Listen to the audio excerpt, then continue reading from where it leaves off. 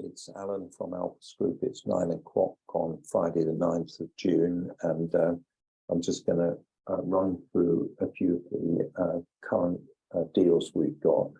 We reviewed the distressed properties list recently. We posted that on our YouTube channel, and one potential project that's come back is a closed down care home that we offered on more than 6 months ago. And initially the vendor didn't accept our offer. They accepted an offer from another developer who put in exactly the same amount of money as an offer, but who subsequently didn't proceed to complete on the purchase. So the vendor withdrew from that transaction, and they let us know through the agents who introduced us to the site recently, a few weeks ago in May, that the site was now available for offers again. So we confirmed our previous offer, and we maintained that for a few weeks until, because there was no reaction and because we're looking at other prospects, we withdrew the offer on the 19th of May. I was surprised that earlier this week, the vendor came back through our agents and advised that would I like to speak to them about my offer. So the offer has lapsed. So I did speak to the vendor, and I explained how we would go about developing the property. And although I haven't quite finalised the revised bid, I'll just explain a little bit about the thinking since the original offer. The original offer was based on information we knew last October, November, and the crunch time was 19th of November when the vendor declined our offer. So that was on one set of facts. Now, since then, there have been a number of changes in the marketplace. There have been a number of rate increases as a result of the base rate rising by a quarter of points on several occasions. So we're now up to 4.25% base rate, with the prospect of further increase. And this is affecting the commercial rates for finance. So we did our assessment finance costs last October, November, and came to a certain figure. And now, 6 months later, we've got a revised cost of finance at a higher rate. I mean, we're going to be looking at rates, probably we're looking at 8% last October as a possible finance cost, whereas now we're looking at probably 10%. So I've got to talk with different funding sources, such as crowd property is one, and I know we got an offer in principle from crowd property on this particular site, subject to planning permission being obtained. So we've got to get an update on the finance from crowd property, just ensure that they're still willing to lend subject to finance, subject to planning permission. And then I'll get some other check offers on finance from other parties such as Brickflow and maybe one or two others. So we've got a range of options for finance. I've also made one of our private investors aware of this development, and they've asked to be kept in touch with whatever happens subsequently about this and other prospects. So the other change in the marketplace has been that costs for construction have increased as well. And on a similar project that we've been dealing with over the same period of time, the costs have gone up 12.5%, actually 13%, according to the contractor. But in round terms, we've got a significant increase, more than 10% over the last 6 months. So what we've got to do is we've got to redo our calculations based on third factor, which is the sales value. And I have talked to the agent concerned. The agent concerned has advised that the property values have slightly dipped over the last 6 months. So the gross development value for this development has now reduced. I ran some calculations over the last few days. It's still around about £5 million, possibly slightly more, but there's risk there could be further reductions in market rates for retirement residential property, which is the sort of development we're considering to undertake. So we've got reduced GDV, we've got increased finance costs, we've got increased construction costs. So that has squeezed the margin on this particular prospective development, so that whereas we were looking at 25% plus, we've got to just check what the realistic return is. And therefore, the value of the site, which we had assessed as 1.7 million based on getting planning permission for 10 flats plus 6 houses on the site, it may now change, so that the site value will reduce as a result of the gross development value reducing slightly, the construction costs increasing and the finance costs increasing.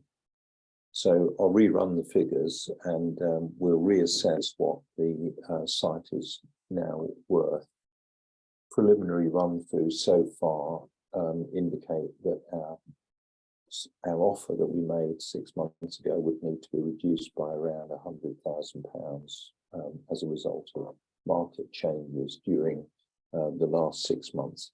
So what we're attempting to do is to firm these figures up by verifying the finance costs, verifying the GDV figures from different sources, verifying the construction costs, and then firming up all our figures, because the last thing we want to do is put in a bid which is higher than the realistic value that reflects the profit margin for the project.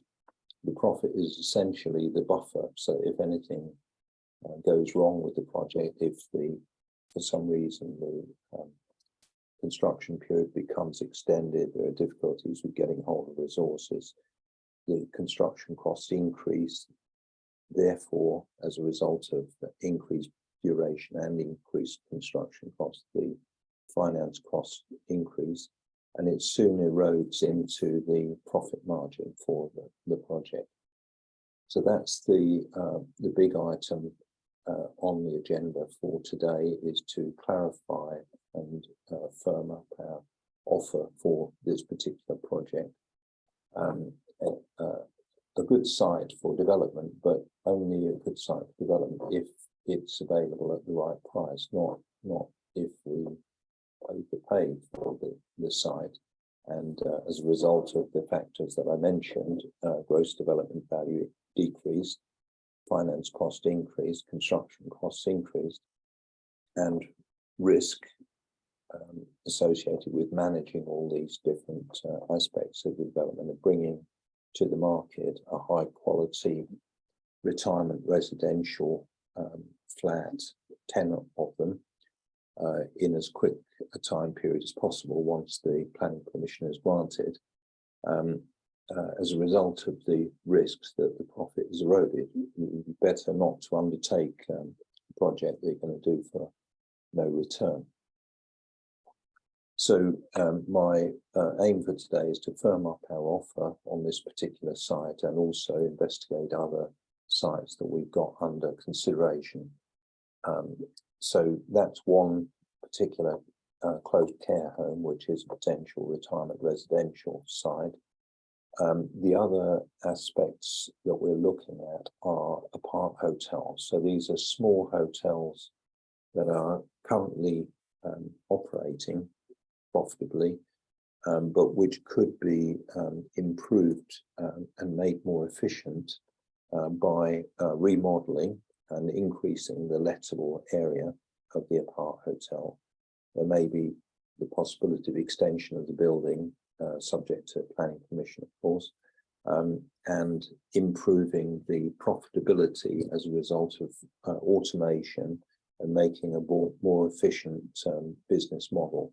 So we effectively would take out the owner's accommodation, possibly make that into a lettable accommodation, take out certain of the public areas of the building, make that lettable accommodation. So effectively, there are two means there of increasing the profitability.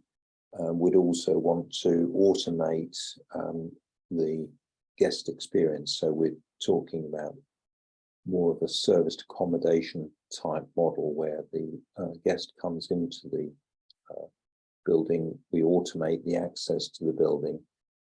This is subject to the security requirements of the particular property concerned. So it's a particular thing that needs to be focused on a specific hotel, whether we have automated meet and greet, or if we have a person looking after reception during normal hours who would meet and greet guests.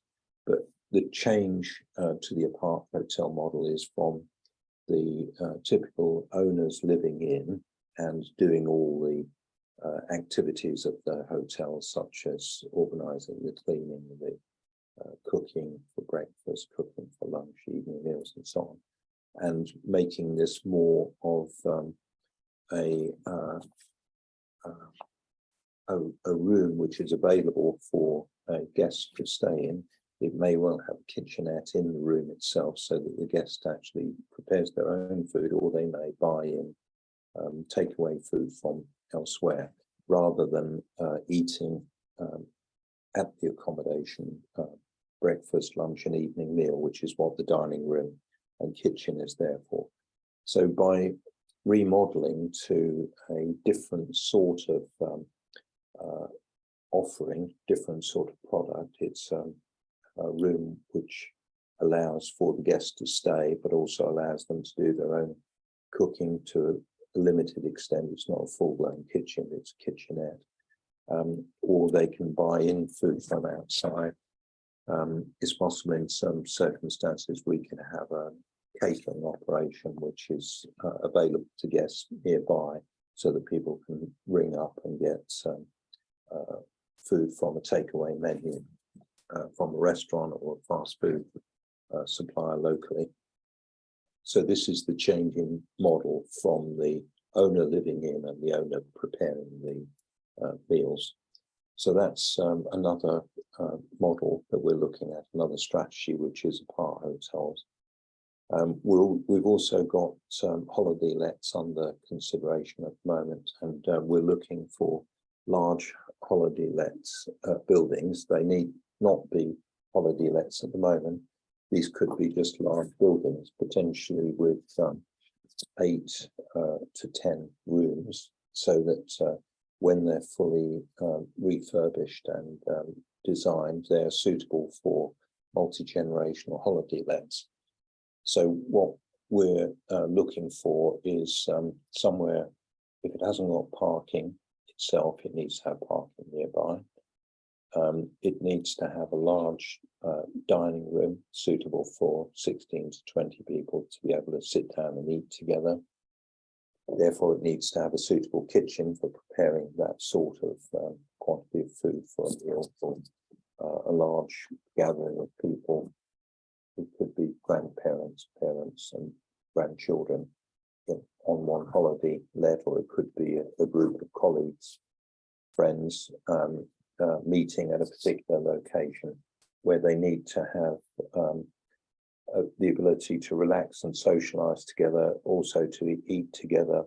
There needs to be suitable accommodation for bedrooms, sleeping in the premises, 8 to 10 bedrooms.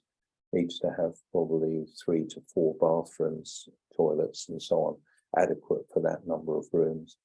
Ideally, an area where there could be a hot tub available to all the guests, and a barbecue area in the back of the building, possibly at the front. These are large houses, or they could actually be commercial buildings at the moment, which we can convert into residential. So there's a larger potential for the a base material for this sort of dwelling, because what we're looking to do is to have a large holiday let dwelling in a suitable tourist area, so that it's attractive to multi-generational holiday lets. That's another model that we've talked about. So we've talked about closed down care home today. We talked about the apartment hotel model.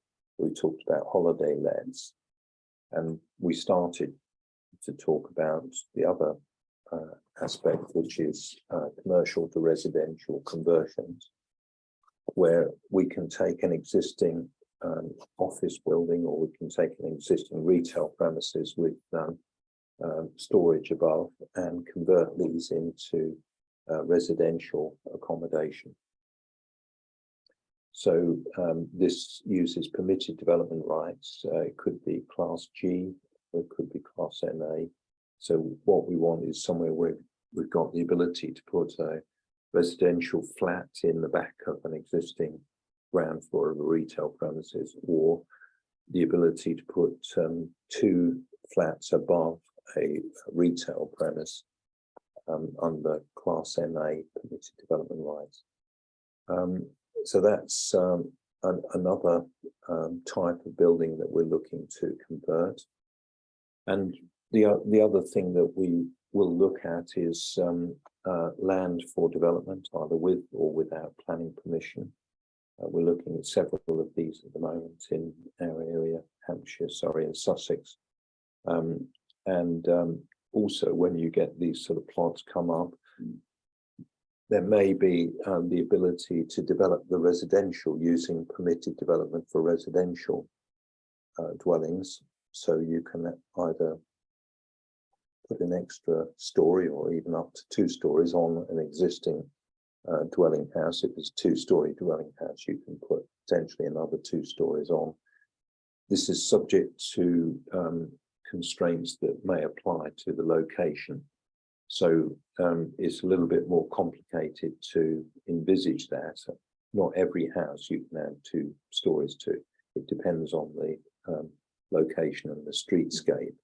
But in principle, permitted development rights allow you to extend the house at the back, at the side, and even to go upwards, subject to the roof line and the landscape around that building. So I've talked about commercial to residential. We'll also look at residential permitted development and conversion of some premises. It could be into a house, into flats. It just depends on the particular prospect and the potential for its development under permitted development. So if you have any sites that you're aware of, problem properties, things that are unused or underused, things that aren't actually paying their way financially, then if you want to talk to me, that's Alan at Alpus Group, my contact details are +44 if you're outside the UK, 7539 141257, or +44 333 224 1257. If you're within the UK, you can just ring 07539 141257. That number's on WhatsApp as well. Or you can ring the landline 0333 224 1257. If you're interested in either introducing a property to us, for which we'll pay commission for properties that we complete on, or if you are an investor who's interested in investing in such property development. The other way you can reach me is on calendly.com/AlanJE, or you can just drop me an email at alan@alpusgroup.com. So those are several aspects of our work which I've informed you about, which you're welcome to talk to me about, particularly if you're interested in joint venturing with us. We can joint venture to improve property in order to improve its value. and we can come to an arrangement about the payments and the way that the profit would work on that. We can introduce finance to enable the improvements of property, or we can take land without planning permission and take it through planning permission, get planning gain, maybe able to get some further planning uplift on the site. So it just depends on the site itself and its potential, but we specialize in transforming the value of property. So if you have anything that you want to discuss, you're quite welcome to contact me for a no obligation discussion, and we'll see what the development potential is of your site or a site that you know of, because even if you don't own the site, if you can introduce us to a site which we subsequently discuss with the owner and we purchase on, then you can actually earn commission from such an introduction. There are a number of ways to actually generate wealth from property, and this is one of them, is to site find. And you can site find for us, and we will pay you a suitable commission depending on the value of the development under question. Yes, any property problems, just give me a call or drop me an email, and we'll be glad to have a look at it. If we can help out, we will do that. If not, we'll point you in the right direction for solving your property problem. So that's all for me. I'm going to cut this session a little bit short because I've got a number of other commitments today. So there'll be the next Alpus property deal clinic at 9 o'clock next Friday. That will be the 16th of June, and every Friday subsequently. Cheers for now.